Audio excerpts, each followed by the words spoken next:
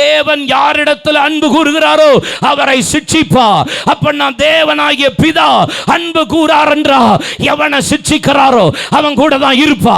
சிட்சையை ஏற்றுக்கொள்ளுகிறவன் நீதிமொழிகள் 1:23, நீதிமொழிகள் 6:23, சிட்சையை கடிந்து கொள்ளுதலை ஏற்றுக்கொள்ளுகிறவன் ஓ கர்த்தருடைய ஆவியும் வார்த்தையும் வைப்பேன். போதக சிட்சையே ஜீவவழி.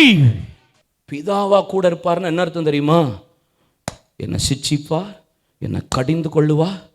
அப்படிப்பட்டவன் தான் கட்ட முடியும். ஒரு கிறிஸ்தவ வாழ்க்கை உண்மையா பிதா அன்பா இருக்கிறார். எதிதியா யெகோவாவுக்கு பிரியமானவன் அன்பா இருக்கிறார்னா என்னை கொஞ்சம் நெருக்க தான் செய்வார், உடைக்க தான் செய்வார், என்னை உருவாக்கும்படி என்னை சரியா நடத்துவார், இடுக்கமான பாதைகளை கொண்டு போவார். கொஞ்ச நேரம் நான் தவறுனா என்னை சிட்சிப்பார், என்னை அடிப்பார், என்னை கண்டிப்பார். அப்ப நீங்க தெரிஞ்சுக்கோங்க, கர்த்தர் என் கூட இருக்கிறா, என்னை கொண்டு பெருசா கட்டிக்கிட்டு இருக்கிறா. அல்லேலூயா.